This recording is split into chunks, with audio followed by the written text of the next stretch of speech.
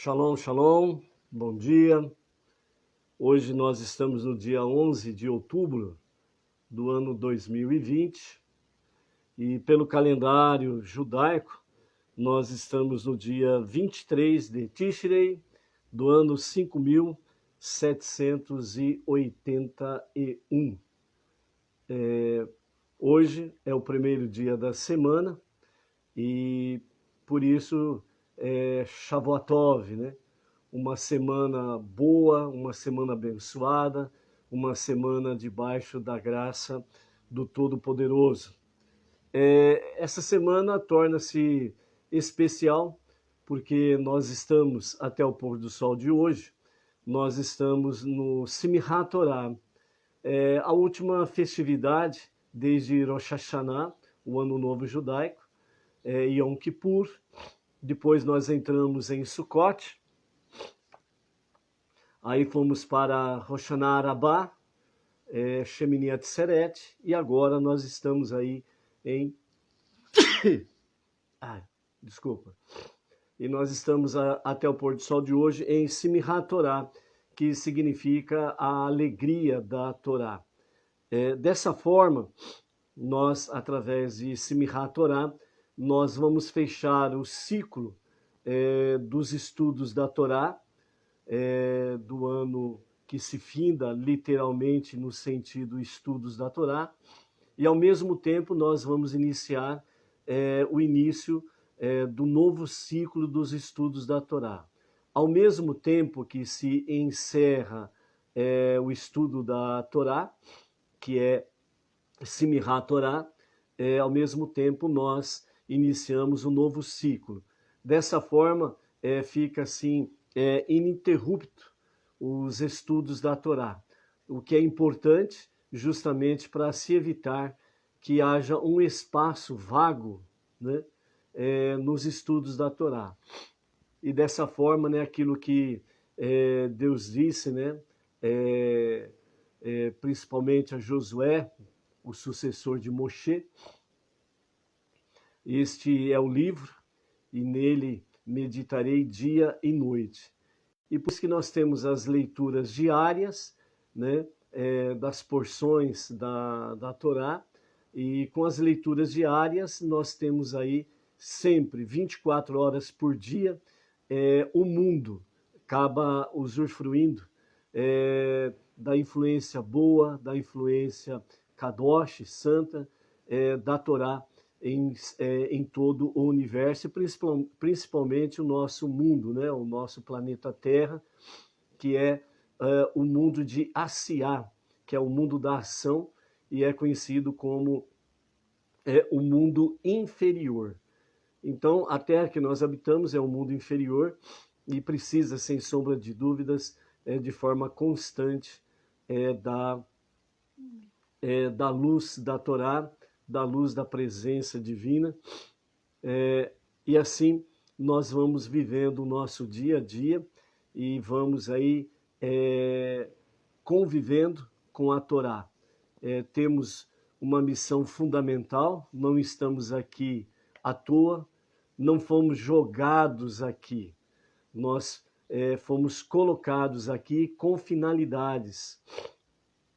Temos a nossa missão, missões, mas entre as missões existe a missão primordial, a essencial. E a partir de hoje, que nós iniciamos um novo ciclo dos estudos da Torá, através de Bereshit, Gênesis, onde tem a criação de todas as coisas, nós vamos ter muitas coisas para aprendermos aí, ok? Então, vamos para o momento de Simchat Torah, para que nós possamos aí finalizar o entendimento de Simchat Torah e também para podermos iniciar os estudos do novo ciclo dos estudos da Torá, ok? O significado de Simchat Torah, o significado essencial de Simchat Torah é união e igualdade de direitos. Nós estamos em Simchat Torah e nós precisamos entender o encerramento desse período, desse ciclo dos estudos da Torá e o início de um novo ciclo dos estudos da Torá. Então, Simchat Torá, que fecha esse ciclo, vem mostrar para nós que união e igualdade de direitos. Isso significa que, desde o menor até o maior, todos têm o mesmo direito, a mesma igualdade. Ninguém é mais do que ninguém diante de Deus. Então, né, essa é um tema-chave, né, para Shemini Atzeret, o 8º dia, o dia da retenção ou restrição, e Simchat Torá, alegria da Torá, união e igualdade de direitos, né? Por isso, nós nos alegramos muito com a Torá. A melhor maneira de celebrar Simchat Torá seria dedicar os 2 dias à leitura da Torá. Então, como é Shemini Atzeret, 8º dia, mais Simchat Torá, alegria da Torá, então, aparentemente, a lógica nos diz que seriam, então, 2 dias determinado ou estipulado para fazermos estudos da Torá. Mas não é exatamente isso que acontece. Muito pelo contrário. Todos os judeus, sem exceção, pegam a Torá fechada, né? A Torá, ela está nesse dia de Simchat Torá, essencialmente, né? Nas sinagogas, no entardecer de ontem, no início da noite de ontem, os rolos de Torá que há nas sinagogas, os seus rolos são pegos da Aaron, da arca, e fechados, não são abertos. E aí há realmente as danças, né, com o rolo da Torá. E todos os rolos são pegos fechados e permanecem fechados. E assim toda a comunidade local que está na sinagoga acabam fazendo danças com a Torá. Por isso a alegria da Torá, Simchat Torá. O ato encerra, né, uma grande lição. Se os festejos fossem realizados com a Torá aberta, né, aí é que está o significado. E por isso é importante você estar conectado com este ensinamento que vamos falar no momento. Então é importante isso daí, para você poder encerrar um ciclo de forma correta e iniciar um novo ciclo no mesmo prisma, de forma correta. Então, se os festejos fossem realizados com a Torá aberta, com a sua leitura, então haveria distinções entre um e outro, né? Tanto judeu como não judeu, que estão aí ligados nos estudos da Torá, os 5 primeiros livros da Bíblia. Pois a compreensão e o conhecimento de cada um são diferentes, pois na realidade nem todos estão no mesmo nível de conhecimento da Torá, né? Graças damos ao Eterno que nos concedeu, né, estarmos aí sob a liderança do Rabino Yaakov Gerenstad, né, que é vamos dizer, é o nosso mestre, o nosso professor, né? E por isso, junto com ele nós temos o Rav Michel Tabassinik e o Rav Shimon Brand, né, que são os nossos professores, os nossos mestres, né? Como diz o conselho dos nossos pais, né, dos sábios, se nós queremos seguir o monoteísmo, procure um rabino e sigam, né? Então, por isso que nós temos aí o Rav Yaakov, que é a liderança, e junto com ele, os 2 rabinos que estão auxiliando constantemente. Dessa forma, né, então, voltando aqui, a Torá aberta, ela abre um leque no sentido de que a compreensão e o conhecimento da Torá, ela tem diferenças, pois tem muitas pessoas que estão começando o caminho Bnei Noah, tem muitas pessoas que estão começando realmente a conhecer o caminho monoteísta dentro da visão judaica. Então, ainda, vamos dizer, muitos de nós ainda estamos engatinhando nesse conhecimento. né? Então há uma diferença, sem sombra de dúvidas, na questão de faixas de conhecimento. Então, se a Torá, a festividade fosse com a Torá aberta, haveria essa distinção. Aqueles que sabem mais, aqueles que têm médio conhecimento e aqueles que estão no princípio do conhecimento.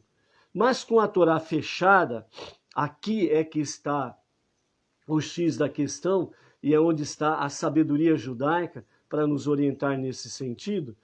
Com a Torá fechada, então se mostra uma união e igualdade de todos, tanto dos judeus como dos Benenor, os não-judeus, com referência à Torá diante do Eterno.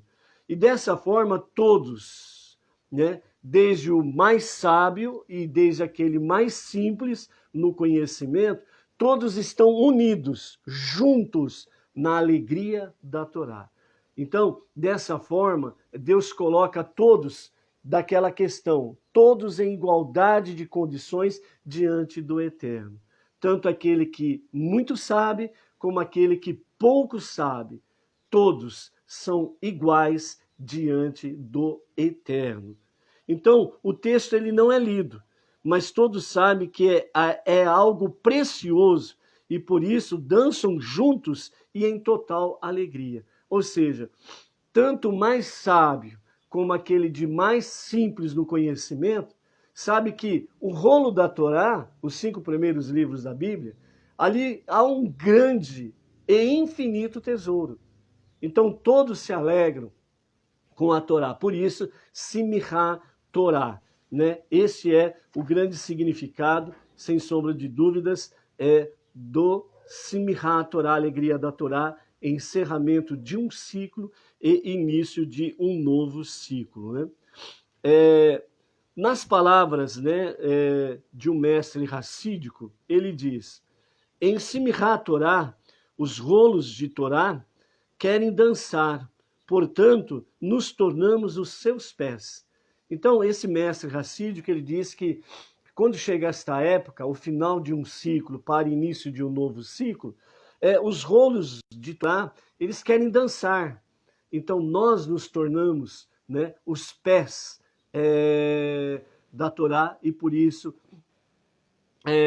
Hakafot, né, que é chamado no hebraico, as danças que são feitas com muita alegria com os rolos da Torá, né? E na sinagoga, que é essencialmente feito isto, tem a bimá, a mesa central, onde é lido os rolos, né, de Torá.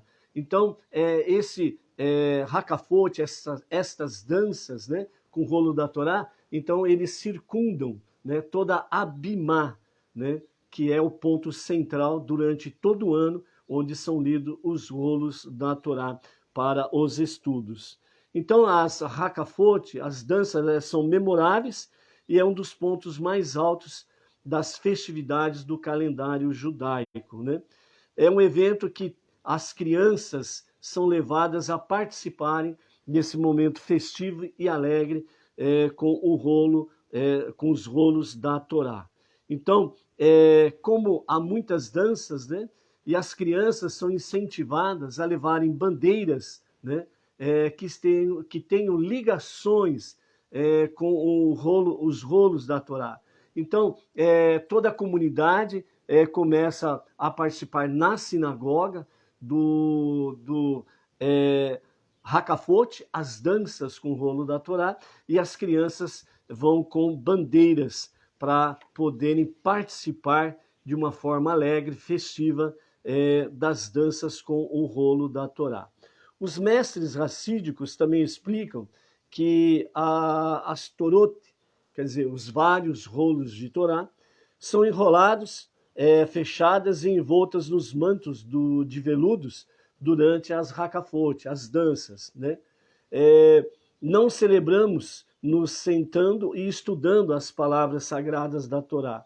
Isso porque a celebração abrange cada judeu, cada Benenor que abraçou a fé monoteísta junto com os judeus. Não importa o seu nível de erudição ou capacidade para compreender e interpretar as palavras da Torá.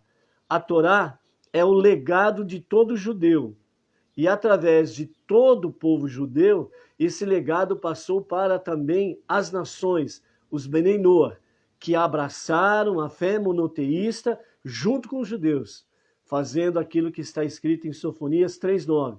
Ombro a ombro com os judeus, prestando um serviço do coração, um serviço de amor ao Eterno. Então esse legado também nos pertence, graças ao povo judeu. Então, o bebê de um dia que os rolos da Torá se transformam, porque eles são levados nos braços, né, daqueles que vão transportando, e os rolos de Torá vão passando de braços em braços, né, de mão em mão. E eles sempre são colocados do lado direito, né, do lado direito da pessoa, no ombro do lado direito, né? Você está vendo a imagem invertida por causa da gravação, ok? Mas o lado direito, o ombro direito, é onde que os rolos de Torá são encostados, certo? Por que do lado direito? Porque o lado direito representa a destra do Eterno, que é a destra de misericórdia, de bondade. Então, em Simchat Torá, a dança com os rolos da Torá colocados, amparados no ombro direito, significa que durante todo o ano, que a bondade e a misericórdia do Eterno não se afaste do seu povo Israel, do seu povo Benei Noach, certo? Então, é a bondade e a misericórdia do Eterno. Então, é uma festividade nas sinagogas, né? E quem sabe, muito em breve, poderemos aí os Benei Noach, né, na nova sinagoga, na qual estamos aí participando ativamente com o projeto da nova sinagoga Beit Chabad no Brooklyn, lá em São Paulo, né?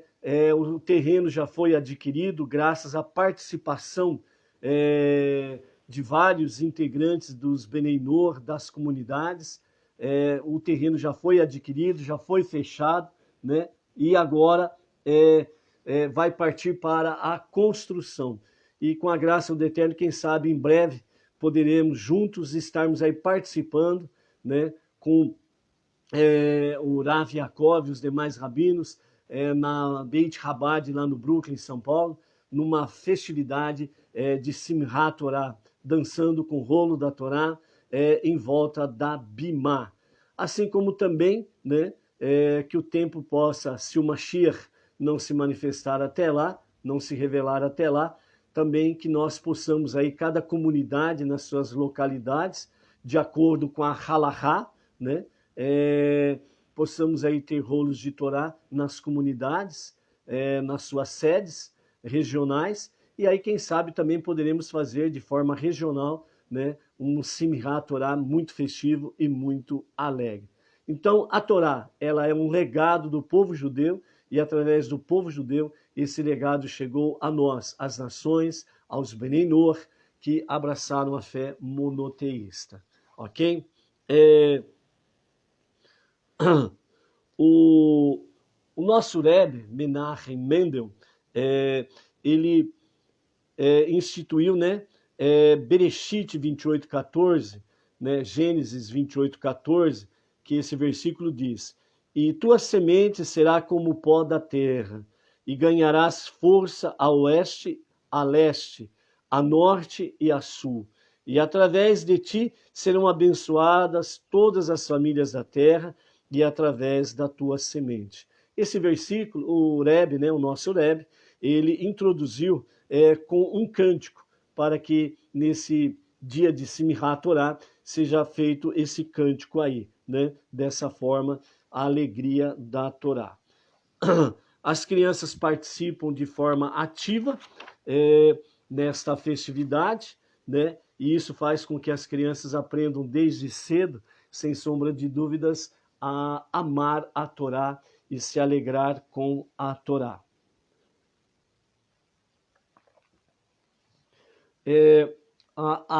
As hakafot, as danças em torno da Bimá, elas são feitas 7 vezes, né? Correspondendo aos 7 dias da semana.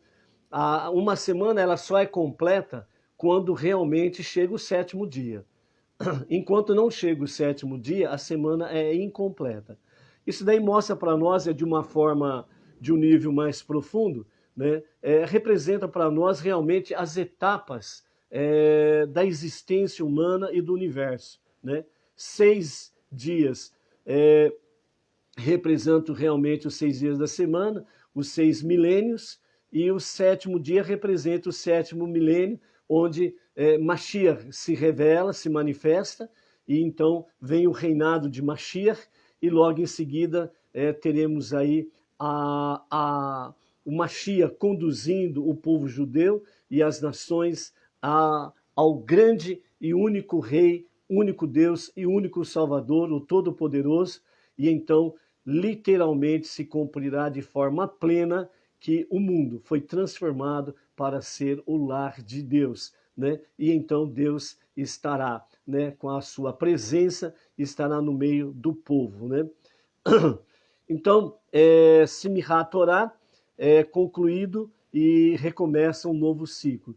Então, a leitura da Torá em Simchat Torá é exatamente a passagem dos capítulos 33 e 34 de Devarim, Deuteronômio, Vezot Haberachar, né? Então, no capítulo 33, nós temos aí o início da Parashá. Nós lemos ontem à noite, quem esteve conosco, né, na live de ontem, ou a gravação pode ser depois acessada. Então, fizemos a leitura dos 2 capítulos que encerram o livro, os 5 livros da Torá, né? E Vezot Haberachar, após o cântico de adeus da Parashá anterior, que foi o cântico de Moshe, antes de se separar de seu povo, ele abençoou como fez o patriarca Yaakov, fundador das tribos de Israel, lá no capítulo 49 de Bereshit. Convocou então toda a congregação e abençoou a cada tribo em separado, destacando o papel que haveriam de desempenhar ao longo dos tempos, né? Essa bênção, ou essas bênçãos que Moshe fez para com cada tribo, ela é uma bênção profética para aquele momento que eles estavam vivendo e para todas as gerações subsequentes que viriam posterior a eles, né? E até os dias de hoje, a mesma bênção vai até os dias de Mashiach, né? Realmente, Vezot Haberachar, esta é a bênção, é um momento glorioso, majestoso para com o povo judeu, a casa de Israel, por todas as gerações até Mashiach. E dessa forma, não é à toa que Deus fala que não houve profeta como Moisés, né? Então, na realidade, qualquer segmento religioso que apresente a você dizendo que o profeta do seu segmento religioso é maior do que Moshe, tenha certeza de uma coisa: é mentira, é mais uma falácia e você está sendo enganado. Eu prefiro ficar com aquilo que Deus disse, com aquilo que Deus deixou registrado nos anais da história da Torá, e prevalece até hoje e prevalecerá até os dias de Mashiach. Portanto, não houve, não há e não haverá nenhum profeta maior do que Moisés. Então nós temos aqui realmente essa questão. Moisés, ele enfatiza nesses momentos finais, dizendo ao povo: o único refúgio da nossa vida é o Eterno. Por isso, o Eterno, ele é o único Deus e o único Salvador. Não temos outro refúgio a não ser o Deus da Torá, o Deus dos Hebreus, o Deus de Israel, o Deus da criação. Fora dele nada há, fora dele nada existe. Portanto, nós temos diante de nós a verdade bíblica, e ela não é produzida pela vontade humana. Então, por isso, todo e qualquer segmento religioso que venha fugir das raízes da Torá, os 5 primeiros livros da Bíblia, se torna enganoso, pois sem um alicerce seguro, correto, né, realmente o edifício vai ruir. Então, portanto, o único refúgio da nossa vida é o eterno. Fora dele, nada há, né, nada existe. A expressão "a sua mão direita", né, do Eterno reflete a proximidade ímpar de Deus com o povo de Israel e indica também a força e a segurança que Israel recebeu juntamente com a Torá revelada de Deus. Então, voltamos a falar, sem o povo judeu, o mundo não existiria. Sem a Torá, o povo judeu não existiria. Portanto, né, nós vamos ver daqui a pouco, no início de Bereshit, que o projeto de Deus,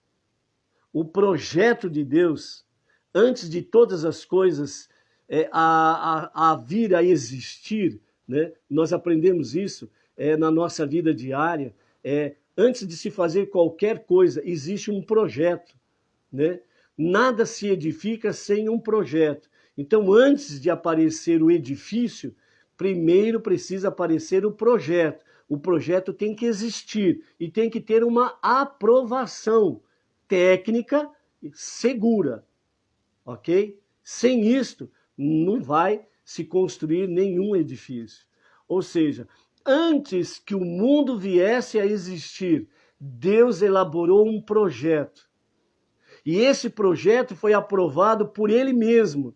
Por quê? Porque não havia, não há e não haverá ninguém que tenha a sabedoria que Deus tem.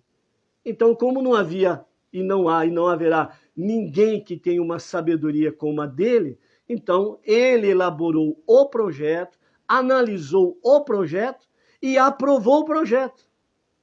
Que projeto foi esse? Esse projeto que Deus fez chama-se Torá. Então, a Torá é o grande projeto de Deus. Sem a Torá, o universo não existiria. Sem a Torá, o povo judeu não existiria. Sem a Torá, não existiriam as nações. Sem a Torá, não existiria absolutamente nada. Então, portanto, o legado que Deus deixou às nações é a Torá e o povo judeu. Sem esses dois, nada existiria. Por isso, a Torá e o povo judeu se tornou um legado também para as nações. Por quê? Porque Deus ele determinou que a nação de Israel viesse a compartilhar com as nações realmente a Torá e a grande mensagem da Torá, que há um só Deus e um só Salvador, né? Por isso que nós vimos aí nos dias de Sucote os sacrifícios durante os 7 dias dos touros, que no final dos 7 dias, começando com 13 touros, cada dia ia diminuindo até no último dia, que são 7 touros, e na sua somatória dão 70, que representavam na época as 70 nações. E essas 70 nações representam todas as nações que vieram a existir posteriormente. Então, desde esse tempo, né, o povo judeu já estava preocupado com as nações, com os não-judeus, para chegarem a esse conhecimento do monoteísmo e poderem assim servir ao único e o verdadeiro Deus, né? Na sequência do capítulo 33 e 34 de Devarim, então nós temos aí as bênçãos, né, que realmente Deus, através de Moshe, vem para com toda a casa de Israel. E dessa forma, então, né, se encerra esse ciclo dos estudos da Torá. Os 5 livros da Torá são encerrados aqui. Diz assim: Moisés não morreu, porque se imortalizou pelos ensinamentos que legou a toda a humanidade. Segundo os nossos sábios, quando você fala o nome de uma pessoa, é como se aquela pessoa estivesse presente fisicamente diante dos teus olhos, né? E quando o Midrash vem e diz que Moisés não morreu, mas se imortalizou através dos seus ensinamentos, é uma realidade. Por quê? Porque até hoje se fala Moshe, Moisés. Então, é como se ele estivesse fisicamente presente aqui, aonde você fala de Moisés, aonde você ouve sobre Moisés. Dessa forma, os sábios, nos garantem que Moisés não morreu, ele se imortalizou através dos seus ensinamentos. Por isso que nós falamos de Moisés. E por isso também, mais uma vez, a palavra divina tem razão, né? Não há nenhum profeta maior do que Moisés. Então, portanto, né, ao encerrar esse ciclo dos estudos da Torá, ao fechar, né, este momento dos 5 livros, então a grande mensagem que temos para nós é somente o Eterno é o único refúgio e a única proteção. Fora dele, você não tem nem segurança, nem proteção, e também você não tem garantia para o Olam Rabá, o mundo vindouro, né? Então, nesse momento que encerramos os estudos da Torá, nós iniciamos imediatamente, né, o novo ciclo dos estudos da Torá, sem espaço vago, sem espaço para deixar, vamos dizer assim, um palavreado comum que nós entendemos, sem folga, sem sombra e água fresca, certo? O que significa isso daí? Significa que não é hora de cruzar os braços. Aliás, nunca é hora de cruzar os braços, certo? Cruzar os braços, né? Vejam bem a mensagem que se fala, né? Quando você vê alguém de braços cruzados, né? De uma forma comum, é dito, né? Ah lá, ó, o folgado está sem fazer nada. Não é assim? Braços cruzados significa isso, sem fazer nada, né? Está folgado, né? Então essa é uma expressão que é usada, né, entre as nações nesse sentido, né? Então, de forma geral, significa isso. Então, portanto, né, sem braços cruzados, sem sombra e água fresca, né? Pode até tomar uma água fresca, mas sem moleza, né? Vamos usar esse palavreado, sem moleza. Vamos para o início do novo ciclo dos estudos da Torá. Bereshit, no princípio. Então, nesta manhã, nós iniciamos, né, já imediatamente, né, um novo ciclo dos estudos da Torá. E dessa forma, nós temos aí a nossa primeira aliá, a primeira chamada para o estudo de Bereshit. A primeira porção, né, a primeira aliá, melhor dizendo, ela está em Bereshit, Gênesis capítulo 1, e vai até o capítulo 2, verso 3. Essa é a primeira aliá, ou seja, durante todos os dias da semana, né, durante os 7 dias da semana, cada dia tem uma pequena porção do estudo da paraxá semanal. A nossa paraxá semanal desta semana, obviamente, como início é Gênesis capítulo 1 e vai até o capítulo 6 e verso 8. Então essa é a nossa primeira porção dos estudos da Torá. No total, como nós encerramos hoje, a 54ª, ou seja, temos 54 porções. Estamos na primeira porção para irmos o ano inteiro estudando a Torá dia a dia, semana a semana, mês a mês, até, se Mashiach não se revelar até lá, até a próxima festividade de Simchat Torá, ok? A nossa Haftará desta semana, a porção do profeta, está em Isaías, capítulo 42, a partir do verso 5, e vai até o capítulo 43, verso 10, né?